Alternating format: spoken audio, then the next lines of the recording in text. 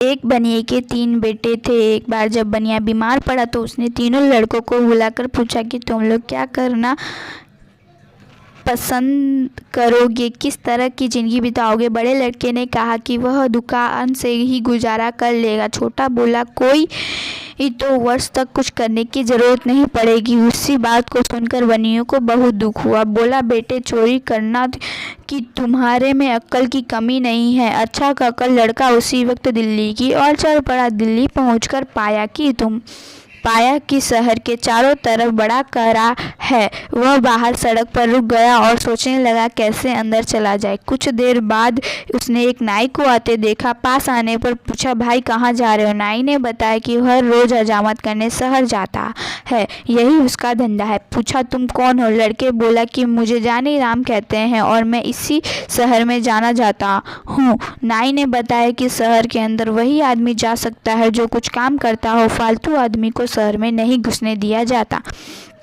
सुनकर जानी राम सोचने लगा कैसे शहर में घुसा जाए। नाई ने वह बोला अच्छा भाई मैं वापस ही लौट जाऊंगा, लेकिन मेरी हजामत बना जाओ। नाई ने उसकी बात मान ली। बोला बैठ जाओ। जानी राम बैठ गया, किंतु पानी न होने के कारण हजामत कैसे बनती। तभी जानी राम ने दूर एक तालाब की ओर इशारा किया और बोला वहां से कटोरी में पानी भर लाओ, तभी हजामत बनेगी। नाई ने वह अपनी पेटी वहीं रख दी और पानी लेने चला गया।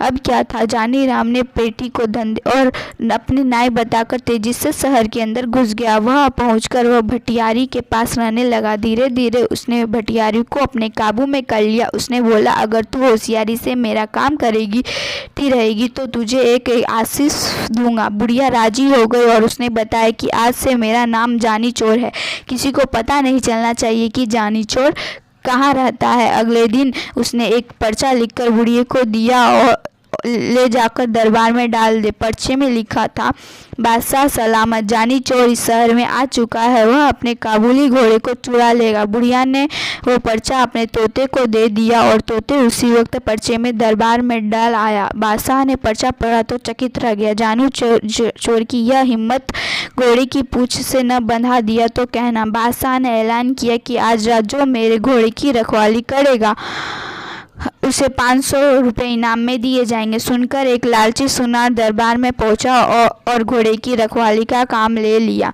बुढ़िया ने जानी चोर को जब मालूम हुआ कि सुनार ने घोड़े की रखवाली की जिम्मेदारी ली है तो उसने बुढ़िया से पूछा सुनार के घर में कौन कौन है। बुढ़िया ने बताया कि उसके घर में माता पिता भाई बहन सभी है। उसका एक लड़का जवान है जो नौकरी करने परदेश गया और कई वर्षों से घर नहीं लौटा। जानी चोर खुश होकर बुढ़िया को बोला अब तू काम बन जाएगा तो पित्तल में एक गिल्टी के कुछ टुकड़े जमा कर एक पोटली बना ले, बाहर से सुंदर रेशमी कपड़ा लपेट देना। बुढ़िया ने वैसा किया। शाम में वक्त जानी चोर ने पोटली बगल में रखी, सुनार के घर पहुंचा। घर पर उसी रात सुनार की घरवाली और उसकी लड़के की बहू थी। जानी चोर ने दरवाज़ा खटखटाया और माँ को पुकारा।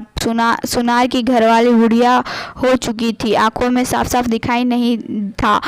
आवाज़ सुनते ही उठ बैठी, बहू को भी जगा दिया। अरे सुन मेरी सुमीर आया है, उठ बहू, देख तो इतने दिनों बाद सुमीर लौटा है। बहू भी उठ खड़ी हुई। माँ ने बेटे को गले लगाकर बोली अब तो तेरी आवाज़ रंग रूप सब कुछ बदल गया मेरे लाल। हाँ माँ, 12 वर्ष में तो तुम इतनी बदली सी लग रही हो। पास ही बहू घूंघट काढ़े खड़ी थी। जानी चोर ने अपने पिता के बारे में पूछा। मालूम हुआ कि वह आज पहरे पर गए हैं। शहर में जानी चोर आया है, वह बादशाह के घोड़े को चुराना चाहता है। रात में बहू ने बढ़िया खाना बनाकर उसे खिलाया।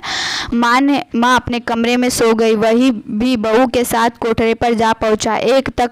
देर तक उन दोनों ने बातचीत रही। अंत में बहू ने पूछा अपने माता पिता के लिए तुम बहुत सा रुपया कमा कर लाए होंगे, मेरे लिए भी कुछ लाए हो। जानी चोर मुस्कुराया और पोटली को खनखनता हुआ बोला ये देखो इस बार तुम्हारे लिए बहुत कुछ लाया हूँ। इन चीज़ों को उससे भी बढ़कर है जो कि तुम्हारे अपने मायके से लाए हो, तो इन चीज़ों को उनके मुकाबले भी या नहीं। बहू बहुत पसंद हुई, अपने सारे जेवर लाकर रख दिए। तभी उसने बोली, एक नौखला हार लाई नहीं, वह दूसरे कोठरे पर जा रखा है, कोठरे वो उसी लाकर आती हूँ। जा पहुंची। जानी चोर ने सोचा कि भगवान ने उसे अच्छा मौका दिया है, इसे खोना नहीं चाहिए। उसने संदूकी उठाई और 4 दीवार से कूद का चप्पत हो गया। सारा जेवर लाकर उसने भटियारी को सौंप दिया। अगले दिन घर लौटने पर जब सुनार इस बात को पता चला तो उसकी बोलती बंद हो गई। वह 500 के इनाम मिलने की खुशी थी और हजारों के चप्पत बढ़ गई। उसने सोचा कि यहाँ जानी चोर का ही काम है। वह रोता तड़पता बादशाह के दरबार में पहुंचा और अपनी कहानी सुनाई। सुनकर बादशाह को आश्चर्य हुआ। सोचने लगा कि चोर वही नहीं, वह साथ साथ उस्ताद भी है। किस तरह उसे अपने घोड़े की रक्षा की जाए। दूसरे दिन फिर दरबार में चिट्ठी आ गिरी। उसने घोड़े को चुराने की बात लिखी थी। चिट्ठी पढ़कर बादशाह ने घोड़े की कड़ी निगरानी रखने के लिए कह दिया। इनाम की राशि 500 से बढ़कर 1000 कर दी। एक बार घोड़े की रखवाली के लिए कोई तैयार नहीं हुआ।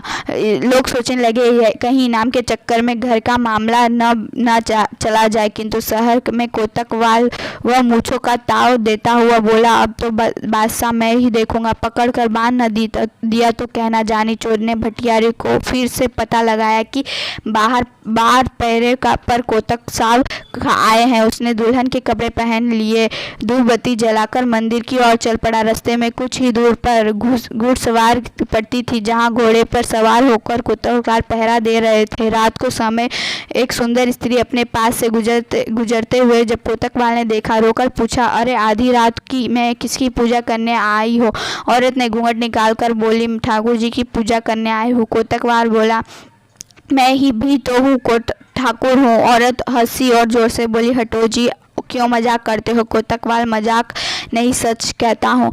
ठाकुर जी, तुम ठाकुर की पूजा करने चली, अब जबकि ठाकुर स्वयं तुम्हारी पूजा करना चाहता है। औरत बोली, अच्छा चलो, वहाँ मंदिर में चलकर पूजा करेंगे। ठाकुर खुशी से उछल पड़ा और अपने घोड़े के साथ लेकर मंदिर में चला गया। उसने घोड़े को बाहर बांध दिया। हथकड़ी, बेड़िया और बंदूक लेकर औरत के साथ मंदिर के आंगन में जा धमका। हथकड़ी बेड़ियों को देखकर स्त्री ने पूछा, ठाकुर जी यह सब क्या है? कोतवाल ने बड़ी प्रेमी से उसे समझाया कि चोर डाकुओं के गहने हैं, मैं इन्हें पहनकर देखूंगी। यह कहकर स्त्री ने हथकड़ियाँ लेकर अपनी कलाइयों में डाल दी। इसकी कलाइयों से हथकड़ियाँ निकालते हुए कोतवाल बोला, यह तुम्हारे पहनने की चीज नहीं, तुम्हारी कोमल कलाइयाँ इससे